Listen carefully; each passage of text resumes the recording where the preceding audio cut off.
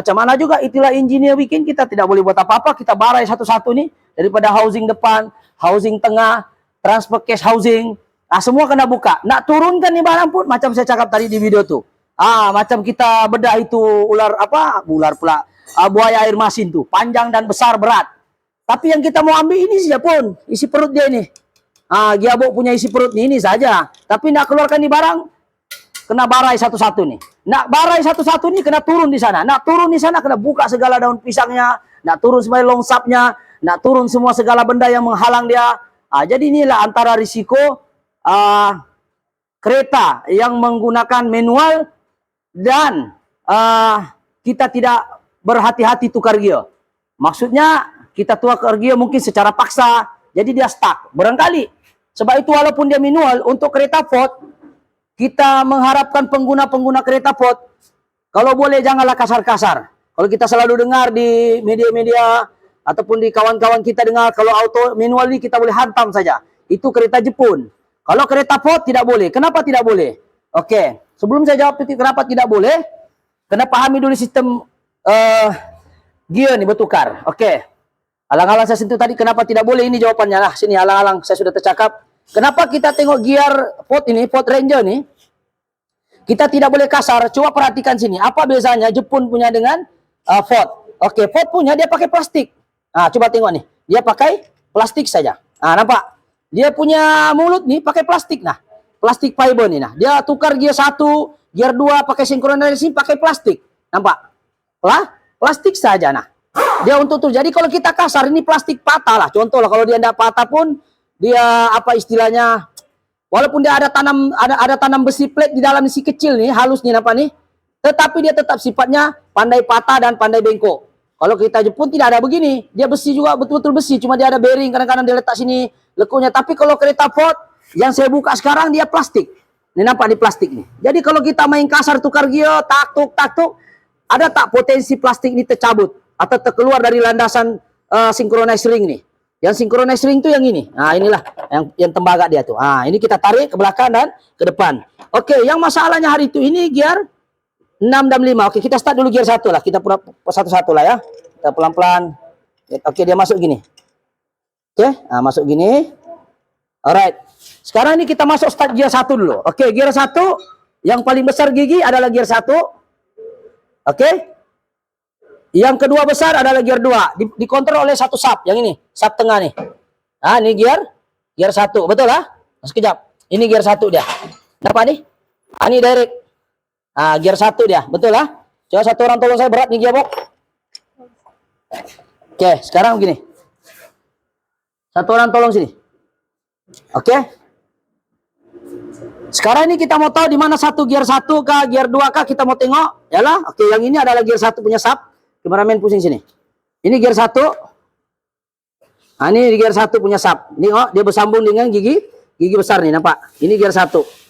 Oke? Ini sub gear 1 dan 2 nih. 1 2. Nih.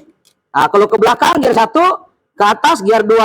Oke? Coba satu orang komen kasih tunjuk gear 1 itu macam mana cara tukarnya. Oke, pastikan dia fit. Oke, 1. Ini ke belakang. So, bila dia pusing ini gigi akan berpusing. Coba input sub pusing. Dia akan berpusing, nampak? Ini. Tidak boleh tahan. Nampak? Tidak boleh tahan. Oke, coba kasih free dia. Kasih free. Kasih free. Oke, pusing. Tuh, nampak? Kita boleh tahan. Tuh. Tapi ada di bawah terlock jadi dia ikut. Yang pasti ke depan adalah gear. Telajak kan dia? Oke, gear. Ini gear 1.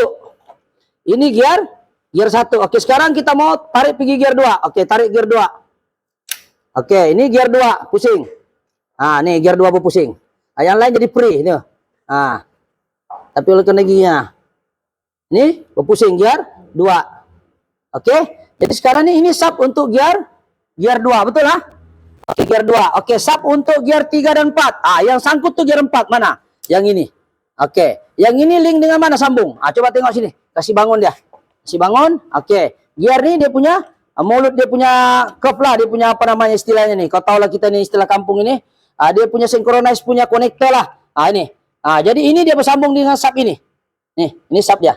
Ini 3 dan 4. Kenapa? Saya sudah cakap tadi kan, yang paling besar adalah gear 1, sederhana besar adalah gear 2, third dia gear 4 ini gear 5, 3 dan 4, sorry, ini 3, ini gear 4, ini gear 5, ini gear 5, yang ini gear 6. Paling kecil adalah gear 6. So reverse mana? Reverse yang belakang nih. Tapi dia ada satu connecting gigi, yang itu gigi reverse. Yang ini. Ini gigi reverse dia nah. Dia sambung. Bila dia berpusing, terbalik putaran dia nih. Yang kasih terbalik ini ialah daripada gigi bawah nih, dia pusing yang ini. Yang ini pula pusing yang ini. Jadi terbaliklah pusingannya tayar kereta tuh. Oke, kita tadi gear 1 dan 2. Ini dia punya sub. Oke, gear 3 dan 4, dia punya sub yang mana? Yang ini, betul lah? 3 dan 4 ini. Tuh nampak dia punya sambungan tuh. Oke, 3 dan 4 ini. Oke, ini dia punya nih. Oke, kalau kita tengok, dia punya tiada ada juga yang patah.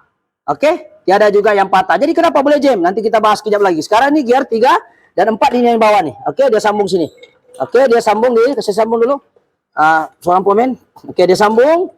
Dia masuk ngam-ngam lubang nih. Lubang apa nama? Sub, synchronous sub nih. Inilah. Jadi dia masuk sini. Oke, gear 3 mana? Masuk 3 belakang. Oke, dia masuk nih. Nih. Ini kita akan tolak. Oke, gear 4. Oke, gear 5 satu sub yang berbeza. Gear 5 dia punya sub yang ini.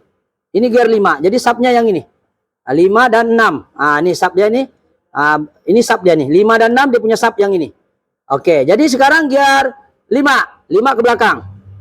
Oke, ini 5. Ini contoh lah dia maju ke depan. Oke, 5. Oke, gear 6. Ini. Gear 6 gigi dia kecil. Oke, jadi gear reverse mana? Gear reverse yang ini. Coba kameramen kasih perih dulu situ. Oke, gear reverse dia punya sub yang ini. Ini gear reverse nih. Betul lah? Ini nampak nih gear reverse. Tengok gigi dia nih. Nih gear reverse. Ini gear reverse punya gigi. Oke, dia punya gigi yang ini. Sekarang dia free. Reverse tak masuk. Gear tidak masuk. Oke, nampak tuh. Alright. Jadi apa bezanya kereta Jepun dengan kereta Ford nih? Dia punya beza walaupun dia gear reverse, tapi synchronize ringnya dia ada. Kalau kereta Jepun synchronize ringnya tidak ada, kalau tayar belum berhenti, kau masuk gear reverse, dia akan bunyi begini. Krek, begitu dia. Itu dia tidak ada synchronize ring. Dia akan bunyi krek. Itu beza dia. Jadi canggih sedikit lah kereta Ford ini sebab tayar nak berhenti habis pun kau masuk reverse, aku rasa masih boleh tidak ada bunyi macam mau pecah itu gearbox. Sebab dia ada synchronize ring yang kasih rata itu gigi. Tetapi kalau kereta Jepun pula, kalau tayar nak berhenti terus kau masuk, dia ada bunyi crack. Begitu. Sebab gigi masih tayar belum habis pusing, kau sudah kasih ngam. Sebab dia tidak ada yang hantar nih synchronize ring. Synchronize ring itu yang ini nih, yang macam cincin tuh, nih. Ataupun inilah synchronize ring namanya. Coba buka dulu pemain, kasih tahu apa itu dibilang synchronize ring. Dari tadi kita cerita synchronize ring. Nih. Ini namanya synchronize ring ini, tembaga nih. Nah, ini yang kasih ngam gigi nih. Dia kasih ini gigi, dia mau sambung ini gigi, pergi gigi ini. Dia ada synchronize ring. Mananya ini tengah pusing laju. Macam mana kita mau gigi itu tidak lari. Jadi dia letaklah injinnya letak synchronize ring. Tapi kereta lain tidak ada, kereta reverse selalunya Jepun punya tidak ada synchronize ring. Ini tidak ada nih. Pokoknya kalau kau tidak berhenti tayar, pecah itu gigi itu. Kalau yang ini aku tengok gear reverse untuk Ford. Untuk Ford dia ada synchronize ring, betul lah? Coba kameramen sini dekat sedikit. Coba satu orang. Ada synchronize ring kan? Saya rasa macam ada. Tengok betul nggak? Ada nih, tembaga nih. Nih. Ini ada synchronize ring. Jadi ini synchronize ring fungsinya apabila tayar tidak berhenti habis pun tidak apa. Kalau kau masuk masih ada jalan sedikit tayarnya. Tapi kalau kereta tidak ada synchronize ring nih, susah sedikit dia mau kasih ngam ini gigi nih. Gigi tengah pusing begini, tiba-tiba kau mau kasih masuk gear reverse, sedangkan synchronize ring tidak ada, dia akan bunyi crack. Masuk juga gear reverse tapi pecah itu gigi. Sebab tidak ada yang kasih synchronize, dia tidak kasih apa istilahnya orang kasih sebati. Gigi itu kasih sebati dia begini. Yang kasih sebati, kasih cantik gigi dengan gigi yang tengah berjalan nih, ini yang tembaga nih, yang kasih ngamnya. Ini hanya kasih cantum. Tapi proses mencantumkan gigi yang tengah bergerak dengan gigi yang tengah statik, yang orang tengah dia ini kasih ngam ini, kira inilah yang kasih senyap tuh ketika kita tukar gear. Umpamanya kalau kita orang ini orang tengah lah, orang tengah untuk kasih cantum dia ini, kasih mencantumkan antara gear yang tengah bergerak dengan yang statik punya konektor nih. Jadi synchronize ring fungsinya adalah untuk mengerakkan mengelakkan berlaku pelanggaran gigi yang tidak tepat. Nah, maksudnya gigi tengah berpusing. Jadi kalau gigi tidak berpusing, kalau tidak ada yang orang tengah kasih ngam gigi, dia akan menghasilkan bunyi krek. Dia tidak menghasilkan juga efek sampai pecah berteburai lah. Tetapi dia lama-lama nanti kasih rompong itu gigi. Sebab gigi tengah berjalan, masih berjalan lagi, tapi kita kasih dalam sebab tidak ada itu untuk kereta Biba, Maybe, kemudian kereta Jepun, untuk kereta reverse tidak ada synchronize ring. Tapi Ford ini alhamdulillah dia ada synchronize ring walaupun reverse. Oke, jadi balik kepada persoalan kenapa kereta ini dihantar dan jam. Oke, kita terbalikkan dia. Oke, kita punya pemain ini dia sudah cek. Kalau kita nampak tidak ada juga yang jam di sini. Yang jam ini gear 3 dan 4 betul lah. Oke, ini gear 3, ini 3. Iya kan nih? Ya besar kan? Nah, ini gear 4. Oke, masa kau buka itu hari gear 4 kan? Dia pergi sini. Oke. Bukan, dia pergi sini, sana kan? Ah. Ini gear 4, betul? Dia jam kah hari itu? Pasal ini gear. Oke, sekarang 1, 2, 3, 4. Ah, jadi ini dia beginilah. Dia jam. Jadi kalau kita pikir betul-betul, tidak ada juga rompong ini giginya nih. Nah, ini synchronize ring nih. Nih. Nampakkah? Ini synchronize ring tiada juga yang pecah. Ah, tiada juga giginya yang rapuh. Ah, kalau kita nampak lah. Ada pecah kah? Ada serpihan? Tiada kan? Ah, ini ngam-ngam gapnya sini. Ah, tiada juga yang pecah. Ah, jadi saya rasa mungkin yang kita dapat detect adalah masalah synchronize ring pun tiada. Dia punya mulut pun tiada juga. Ini dia punya apa orang panggil, dia punya konektor synchronize ring punya lah. Dia plastik. Tidak ada juga yang patah. Nampak nih? Plastik. Nah, ini kalau ada preplay. Sebab itu kenapa saya cakap pengguna 4-wheel walaupun kau pakai Triton, Ford Ranger, tapi janganlah kamu mau gasar-kasar bergaya-gaya sebab ini plastik saja. Yang tukar gear 1, 2, 4, 5, plastik saja yang duduk di parit synchronize ring ini. Untuk tukar-tukar gear ini, yang tolak ini plastik nih, dia duduk di parit nih. Coba kasih contoh dulu. Nah, contoh, nih dia duduk, tengok. Oke, dia pakai plastik saya gigit nih, nampak? Nih. Nah, tuh. Tolak. Nah, tuh plastik tuh. Jadi kalau kita kasar, boleh tak dia patah nih? Boleh. Oke, jadi balik pada masalah tadi. Oke, kalau kita nampak tiada juga patah, tidak ada juga synchronize rompong. So, jawabannya lebih kepada minyak yang dimasukkan macam salah. Oke, kalau ikut laporan daripada mekanik saya, minyak ini adalah, tengok minyak dia tuh, keladak sini, tengok. Tengok. Tengok keladak dia. Macam lambat dia servis satu, yang kedua macam bukan minyak dia. Minyak yang asalnya dia pakai dual class transmission. Oke.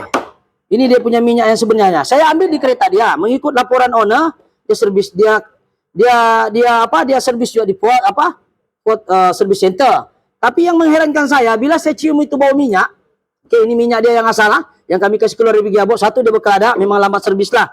Tidak tahulah kenapa. Dan magnetnya itu kalau kita nampak, magnet kelada tuh, magnet besi itu, mana magnet besi dia? Oke, kita tengok. Nih, coba kameramen tengok sini. Ini kelada dia. Nampak nih? Dia punya kotoran nih, nah. Kameramen, nampak nih? Besi dia kotor. Dan ini kita tengok magnetnya, tai-tai kelada besi ini adalah salah satu contoh kenapa kereta ini mungkin dia stuck disebabkan satu minyak yang lain baunya. Saya pun heran macam 80-90, tapi orangnya cakap dia kata di service center. Jadi Allahu alam, kita bukan mau salahkan siapa-siapa, tapi kita mencari punca, takut nanti dia jadi balik. So kita cek synchronize ring tiada, synchronize gap pun tidak ada, tidak tahu apa masalahnya. Jadi yang kita detect adalah satu, dia lambat servis. Yang kedua, minyak yang dia bagi ini bukan minyak botol yang dia bagi, memang betul minyak dia. Tapi ini yang kami ambil dari dalam kereta dia, kami cium bau dia. Minta maaf, kita cium baunya. Ini minyak dari dalam. Ini minyak daripada yang sinilah. Sebelum kita buka, kita pakai minyak ini. Tidak tahulah dalam kamera macam mana mau hantar itu hidung. Tapi hidung saya cium, ini bau minyak 80-90. Ya tengok. Coba kameramen tengok. Satu minyaknya lain sudah warnanya. Saya tidak tahu dalam bus servis ke tidak. Oke, ini minyak yang kami tada dari sini. Daripada gearbox ini yang kami tada. Saya cium, ini sejujurnya. Bukan saya sekadar mau kasih bilang orang mau tuduh siapa tidak. Kita nih belajar sama-sama untuk tahu kesilapan. Semoga kesilapan itu tidak diulangi. Oke, kita cium baunya. Oke, minyak gearbox ini berbau macam minyak 80-90. Bau 50. Dia punya bau minyak. Yang ini pula minyak yang saya cium ini betul-betul dari kereta dia. Tidak tahulah kalau Saya malas bukan kita mau cari salah siapa, tapi minyak yang betul-betul dia tidak ada bau. 80-90 minyak gearbox Excel itu dia pakai. Tapi kalau kita cium baunya yang betul-betul dia punya, dia tidak ada bau. Dia ringan dan cair. Ini dari botol. Tidak tahu lah kalau masa daun serba. Ini nampak kecairan dia? Nampak? Ini minyak dia jernih. Coba ambil satu orang nih. Kita akan tada di sini. Oke, ini minyak dia kita tada di sini. Kameramen boleh nampak? Kita tengok dia punya kecairan. Nih. Oke, cair. Kita tengok yang ini. Ini minyak dia. Nampak pekat? Dia pekat. Tapi kalau dia pekat, mungkin kita cakap lah. Biasalah, lama sudah kan. Isu yang paling penting ialah bau. Kenapa baunya yang ini tidak ada bau minyak 80-90? Ini tidak ada bau langsung. Macam ada bunyi-bunyi bau-bau CBT sedikit pun ada. Macam yang kami servis baru-baru ini, beginilah baunya nih. Kami pakai original pot juga. Tapi soalan dia kenapa yang kami kasih keluar ini bau minyak 80-90? Kalau tasib kamera ini tidak boleh cium baunya, akulah yang terpaksa cerita.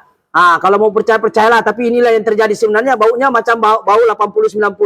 Maksudnya minyak Excel dipakai masuk di dalam minyak gearbox. Sebenarnya minyak gearbox yang betul adalah yang ini, betul lah. Sebab ownernya cakap, saya tukar yang minyak dalam kereta tuh.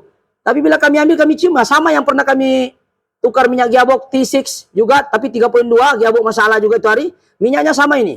Tapi bila kami kasih keluar ini, kenapa minyaknya macam 80-90? Dan dia pekat. Jadi bila dia pekat, ini yang menyebabkan masalah kepada sistem pertukaran gear itu, dia agak stuck. Bila dia pekat, tidak ngam minyak, dia melekit itu synchronized ring. Jadi gear tidak mau balik. Ini yang kami dapat detect lah. Satu, dia lambat servis.